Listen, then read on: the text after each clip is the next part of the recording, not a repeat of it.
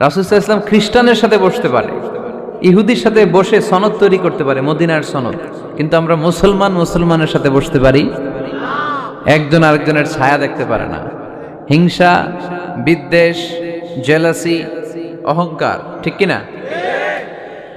লা ইয়াদখুলুল জান্নাতা মান কানা ফি কলবিহি হাববাতু খারদাল মিনাল কিবর। যার অন্তরে যাররা পরিমাণ অহংকার থাকে সে কোশ্চিনকালেও আল্লাহর জান্নাতে প্রবেশ করতে পারবে না। আমরা যেন এই অহংকার থেকে মুক্ত হতে পারি, আমরা যেন ব্রড মাইন্ডেড হতে পারি, আমরা যেন ভিন্ন মতের লোকদেরকে রেসপেক্ট করতে পারি, ভিন্ন মতকেও যেন আমরা সহ্য করতে পারি। আমাদের দেশে এত কাদা ছোড়াছুরি, এত মারামারি কেন জানেন? আমরা ভিন্ন মতকে দমন করতে চাই, ভিন্ন মতকে আমরা স্পেস দিতে চাই না, ফলেই এত ঠেলাঠেলি। এজন্য মতামত বিভিন্ন থাকবে। This is the beauty of Islam, unity in diversity, unity in diversity. ঐক্য হবে, বৈচিত্র্যের মাঝে আমাদেরকে ঐক্য খুঁজতে হবে। এক একজন এক এক চেহারা। এই তুমি কালা হইলা কেন, তুমি খাটো হইলা কেন, তুমি লম্বু কেন, এরকম বললে চলবে? এই মেয়ে তুমি বিএনপি করো কেন, তুমি জামাত ইসলাম করো কেন, সব আমলিগ হয়ে যাও, বলা যাবে? তুমি এই পীর সাহেবের মুরিদ কেন, আমি যে পীর সাহেবের মুরিদ হইছি ওইখানে আসো না কেন, বলা যাবে না। Unity in diversity. রাসূল সাল্লাল্লাহু আলাইহি ওয়াসাল্লাম ইহুদিদেরকে স্পেস দিয়েছেন, খ্রিস্টানদেরকে স্পেস দিয়েছেন।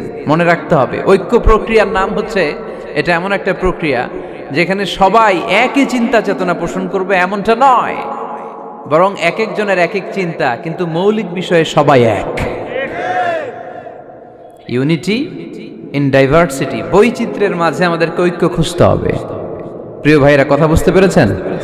আপনারা কি জানেন যে আমরা ইবাদত করি মসজিদে, খ্রিস্টানরা ইবাদত করে কোথায়?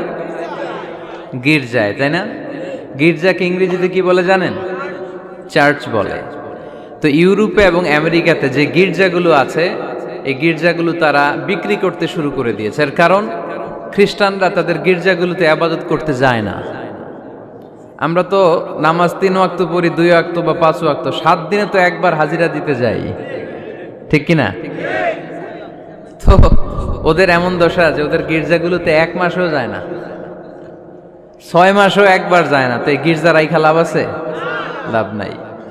এই গির্জা ওরা বিক্রি করতে শুরু করেছে, আর ওখানকার মুসলিম কমিউনিটির নেতারা এই সুযোগে এই গির্জাগুলো কম দামে কিনে এটারে মসজিদ বানাইতে শুরু করছে। ইউরোপ আমেরিকাতে আলহামদুলিল্লাহ, আপনারা শুনে খুশি হবেন, ওরা ইসলামিক সেন্টার বলে এগুলোরে। কি বলে? Islamic centre.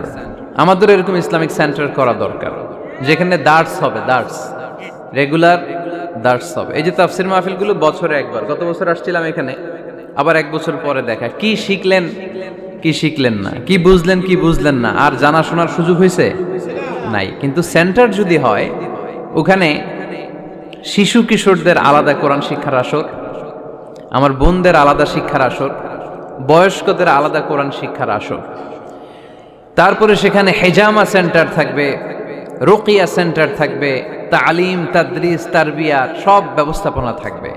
এজন্য সব জায়গায় এরকম সেন্টার থাকার দরকার আছে না নাই?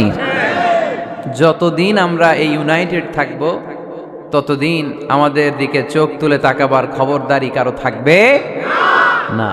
আর ইউনিটি যখন ব্রেকডাউন করবে, আমরা শততা বিভক্ত, একজন আরেকজনের গালি দিবে, একজন আরেকজনের কাফের বলবে, তখনই সমাজের সব শান্তি সুখ এগুলো বিনষ্ট হতে চলবে। জোরে বলেন ঠিক কিনা?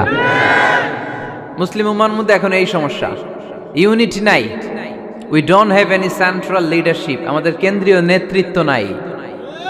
এই যে ফিলিস্তিনে যে মারে আমাদেরকে পাখির মতো গুলি করে, মিয়ানমারের রাখাইন রাজ্য থেকে 10 লক্ষ মুসলমান তাড়ায় দিল টেকনাফে, এখন তারা পাহাড়ি এলাকায় আশ্রয় নিয়েছে। সিরিয়াতে মার খেয়ে গোটা বিশ্বে এরা ছড়িয়ে আছে। এই যে মুসলমানরা গোটা বিশ্বে মার খায়, আমাদের পক্ষে কথা বলার মতো আমাদের কোনো কেন্দ্রীয় লিডার আছে? সেন্ট্রাল লিডারশিপ নাই। আল খিলাফা আল ইসলামিয়া, ইসলামিক ক্যালিফেট, এটা নাই। এই সেন্ট্রাল লিডারশিপ না থাকার কারণে গোটা বিশ্বে আমরা আজ নির্যাতিত, নিষ্পেষিত। আমাদের কোনো মা বাপ নাই। জোরে কোন ঠিক কিনা? এদিকে লাথি মারলে ওইদিকে যাই, ওদিকে লাথি মারলে এদিকে আসি। আমাদের পক্ষ নিয়ে, আমাদের স্বার্থ নিয়ে যে কথা বলবে, জাতিসংঘে হুঙ্কার তুলবে, ওআইসি থেকে ঘোষণা আসবে, ওরকম একটা নেতাও আমাদের নাই। জোরে বলেন ঠিক কিনা? ওমরে ফারুকের মতো যদি একটা নেতা থাকতো, তাহলে গোটা বিশ্বে মুসলমানরা এক আমব্রেলার নিচে, এক ছাতার নিচে চলে আসতো, তাই না? এমন সাহাবী ছিলেন বিষ্ণু ঈসা ইসলাম তার ব্যাপারে বলেছেন, আসাদ্দুহুম ফি আমরিল্লাহি উমর। আল্লাহর জমিনে আল্লাহর দ্বীন বাস্তবায়নের জন্য সবচেয়ে কঠিন সাহাবী ছিল যিনি, তিনি হচ্ছেন উমর। মুনাফিকরা ওমরে ফারুককে দেখে ভয় পেত, খোদ শয়তান ইবলিস ওমরে ফারুককে দেখে ভয় পেত। আলহামদুলিল্লাহ পড়বেন না? বিষ্ণু ঈসা ইসলাম বলতেন, ওমর তুমি যদি এই রাস্তা দিয়ে হাঁটো আর শয়তান তোমারে দেখে, তাহলে শয়তান এই রাস্তা রেখে দিয়ে অন্য রাস্তা দিয়ে হাঁটে। লা নবিয়্যা বা'দি ওয়ালা রাসূলা। আল্লাহ রাসূল বললেন, আমার পরে কোনো নবীও নাই, রাসূলও নাই, তবে আমার পরে কেউ যদি নবী হতো, ওমর নবী হয়ে যেত। এরকম একজন ওমরের আমাদের দরকার। এরকম একজন ওমরের অপেক্ষায় আমরা। একজন হলেই চলবে। কয়জন লাগবে? যুগ জামানা পাল্টে দিতে চাই না অনেক জন, এক মানুষই আনতে পারে জাতির জাগরণ। এক মানুষই বিপদকালে বাঁচায় কাফেলায়, ক্ষুদ্র ডিঙ্গি বাঁচায় জাহাজ অসীম দরিয়ায়। কয়জন ওমর দরকার? আমরা সেই ওমরের জন্য অপেক্ষা করছি, যার নেতৃত্বে, যেই আল ইমাম আল মাহদি, যার নেতৃত্বে গোটা বিশ্বে শান্তি, সভ্যতা, ভদ্রতা আবার প্রতিষ্ঠিত হবে। এক ছাতার নিচে মুসলমানেরা থাকবে। কেউ কারো ব্যাপারে হৃদয়ে কোনো বিদ্বেষ রাখবে, ঘৃণা রাখবে, কেউ কাউকে গালি দিবে না। এই সুসম্পর্ক, এই ঐক্যের জন্যই ইসলাম। একসাথে উদখুলু ফিস সিলমি কাফা, পরিপূর্ণভাবে সবাই মিলে ইসলামের রশিকে আঁকড়ে ধরো, তাহলেই বরকত দিবে কে? ওমরে ফারুক বলতেন, নাহনু কওমুন আ'আজ্জানাল্লাহু বিল ইসলাম। আমরা তো এমন জাতি যে জাতিকে আল্লাহ তাআলা ইসলাম দিয়ে সম্মানিত করেছে। আমাদের সম্মান ইসলামে, এখন ইসলাম রেখে দিয়ে অন্য জায়গায় সম্মান খুঁজি, এজন্যই লাথি খাই, এজন্যই অপমানিত, এজন্যই নেতৃত্ব শূন্য। জোরে বলেন ঠিক কিনা? গোড়ার দিকে যদি না যাই, মূলের দিকে যদি ফিরে না আসে, আমাদেরকে গালি দেয় মৌলবাদ। মৌলবাদ মানে হচ্ছে যে মূলের দিকে ফিরে আসে, return back to the root. শিখর থেকে, শেকড় থেকে শিখরে, শিখরে যেতে হলে আগে শেকড়ে যেতে হবে। জোরে বলেন ঠিক কিনা? এজন্য ঐক্যের কোনো বিকল্প নাই। আমি আমার আলোচনার শুরুতেই এই মেসেজটা আপনাদের কাছে ড্রপ করতে চাই যে আসুন আমরা কাদা ছোড়াছুড়ি ছেড়ে দেই, হিংসা বিদ্বেষ ভুলে যাই, হৃদয়টারে সবার জন্য উজাড় করে দেই।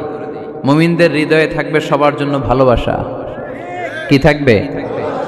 আল্লাহ রাসূল সাল্লাল্লাহু আলাইহি ওয়াসাল্লাম মক্কা থেকে যখন মদিনাতে গেলেন, তিনি দেখলেন দলে দলে লোকজন কালিমা পড়ে মুসলমান হচ্ছে, বড় একটা মুসলিম কমিউনিটি গড়ে উঠল। আল্লাহ রাসূল সাল্লাল্লাহু আলাইহি ওয়াসাল্লাম খেয়াল করে দেখলেন ওখানে শুধু মুসলিম কমিউনিটি নয়, ওখানে জিউস কমিউনিটি আছে, মানে ইহুদি কমিউনিটি। মদিনাতে ইহুদিরাও থাকতো। আবার খেয়াল করে দেখলেন আশেপাশে খ্রিস্টান কমিউনিটিও আছে। তাহলে মোট কয়টা কমিউনিটি হইল? রাসূল সাল্লাল্লাহু আলাইহি ওয়াসাল্লাম এই তিন দলকে নিয়ে একটা চার্টার করলেন। চার্টার, ইতিহাসে এটা মদিনা চার্টার নামে পরিচিত, মদিনা সনদ। সুবহানাল্লাহ পড়েন। তিন ধর্মের লোক, তিন জাতি একসাথে থাকে, আর আমরা এক বাঙালি এক দেশে থাকতে পারি না। এক দল আরেক দলরে বলে তুমি ভারতপন্থী, ওই দল আরেক দলরে বলে তুমি পাকিস্তানপন্থী। বাংলাদেশপন্থী কেউ হতে চায় না। আমরা কোন পন্থী? জোরে বলতে হবে। দেশের স্বার্থটারে সামনে নিয়ে আসতে হবে। তো সম্মানিত সুধী, রাসূল সাল্লাল্লাহু আলাইহি ওয়াসাল্লাম ইহুদিদের সাথে বসেছেন। মদিনা চার্টারে যদি তিন ধর্মের লোক থাকে, মানে Muslim community, Jews community and the Christian community যদি থাকে, তার মানে এই মদিনা সনদের মধ্যে স্বাক্ষর করেছিল তিন কমিউনিটির নেতারা। ইহুদিরাও ছিল, খ্রিস্টানরাও ছিল। তো আল্লাহ রাসূল সাল্লাল্লাহু আলাইহি ওয়াসাল্লাম ইহুদিদের সাথে বসেছেন, চুক্তি করেছেন 10 বছরের লম্বা সময়ের। খ্রিস্টানদের সাথে চুক্তি করেছেন। আপনারা কি ঐক্যের পক্ষে না বিপক্ষে? আমরা যেন ঐক্যবদ্ধ হতে পারি, আল্লাহ তুমি তৌফিক দান করো। আমরা যেন হিংসা বিদ্বেষ ভুলে যে ইসলামের কল্যাণে কাজ করতে পারি, তুমি তৌফিক দান করো। আরো জোরে পড়ি আমিন।